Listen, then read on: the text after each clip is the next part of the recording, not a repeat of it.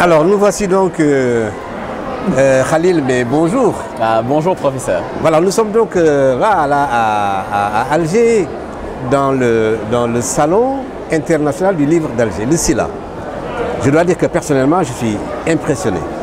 Impressionné par le nombre de visiteurs, impressionné par le nombre d'éditeurs, par les stands.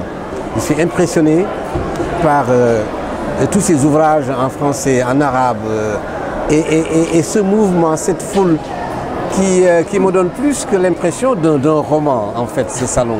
J'aimerais bien avoir ton avis sur ce salon du livre, où le Sénégal, il faut le rappeler, est pays invité d'honneur. Effectivement. Oui, professeur, ce salon est remarquable, vraiment à plusieurs niveaux. J'ai eu la chance de faire quelques salons du livre à Paris, en Suisse, à Genève et à Saint-Malo, mais je dois dire que celui-là est le plus impressionnant. Oui. D'accord. Il paraîtrait que c'est le deuxième salon le plus important au monde après Francfort. Oui. Et je dois dire que mes impressions premières, en tout cas, sont confirmées de jour en jour, avec l'attrait de la presse et du public, justement. Oui. Nous avons donc notre pays, le Sénégal, est invité d'honneur. Oui. On le doit à un grand ami, à Boubacar Farkaoui. Nous le devons à l'entente, la bonne entente entre le Sénégal et l'Algérie. Mais c'est quelque chose quand même de très fort. Que le Sénégal soit des pays invités d'honneur. Qu'est-ce que vous ressentez, vous, là? C'est quelque chose de fort. Et le Sénégal et l'Algérie, à plusieurs titres, sont des pays frères qui ont beaucoup de choses en commun, notamment au niveau de la culture. Au niveau de la culture, je crois que nos intellectuels ont très tôt compris, comme Kateb Yassine le disait, que la langue française est un butin de guerre. Nos intellectuels l'ont compris et l'ont utilisé comme une arme d'ailleurs. Oui. Et je crois que je suis heureux d'être ici.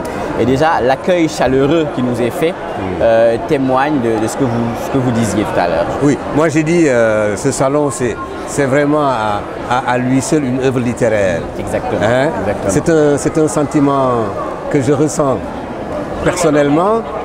C'est un roman, c'est une aventure, c'est une poésie aussi. C'est une épopée. Et vous êtes poète et romancier.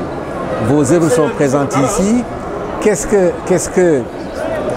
vous êtes, vous, là, quand vous venez ici? Vous vous sentez plus poète que romancier, ou vous vous sentez plus romancier que poète? Ou est-ce que c'est en eux, les deux? Alors, c'est difficile de trancher, hein, parce que du point de vue émotion, je suis très proche du poète, du point de vue émotion, et en regardant la baie justement d'Alger, le pays m'inspire beaucoup de choses. Après, il m'est difficile de trancher. Ça dépend au niveau des émotions. Quand on est dans le domaine de l'immédiateté, c'est la poésie qui vient. Mais quand il s'agit de dire maintenant le monde, de dire le pays, là c'est plus le romancier en moi qui surgit. Et je suis encore plus ému quand je pense que c'est le pays de Kateb Yassine, d'Albert Camus, de Assia Djebar. Et c'est des gens que j'ai lus. J'ai découvert Alger grâce à eux avant d'y venir. Donc, et de Mohamed Dib. Mohamed Dib, qu'on oublie de citer assez souvent. Et qui est d'ailleurs le plus apprécié ici. Et qui est le plus apprécié. Et dont j'ai enseigné les œuvres, notamment La Grande Maison. La Grande Maison. Avec enthousiasme, un enthousiasme, j'allais dire, total, de cette littérature, mais tellement bien écrite et à la base tellement simple. Accessible, mais avec une musique particulière.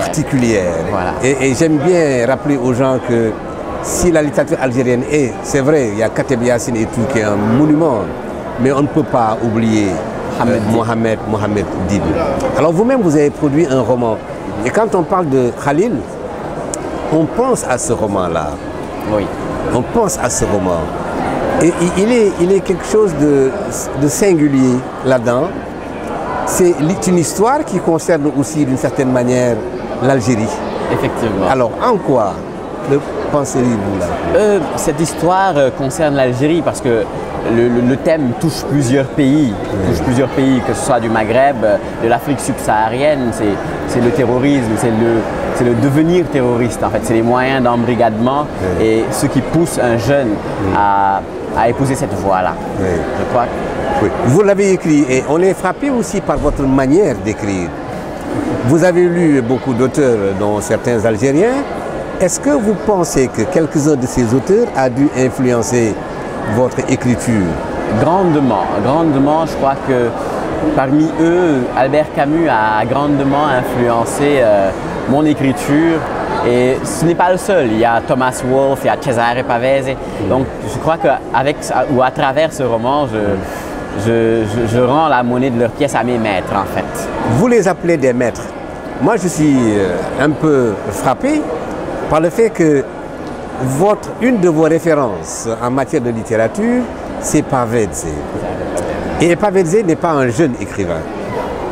Alors, comment avez-vous réussi, vous, en voulant être un écrivain très moderne, très proche de son époque, très futuriste même, qui a le regard tourné vers l'avenir de ce que ça deviendrait, qu'est-ce qu'un auteur comme Pavese vous apporte vraiment? Alors, Pavese m'apporte l'art du vers, l'art du roman, l'art de la phrase. Comment on travaille une phrase, la dimension mythologique dans l'écriture et surtout la poésie de la phrase. Voilà. Pavese est un travailleur acharné. Je crois que c'est l'écrivain type Pavese. Voilà. Mais on aura l'occasion de revenir sur tout cela. Mais c'est un petit bout de causerie pendant le Salon du Livre, dans le stand du Sénégal. Nous sommes pays invités d'honneur et on va les accueillir au Sénégal aussi, nos amis algériens. Merci, professeur.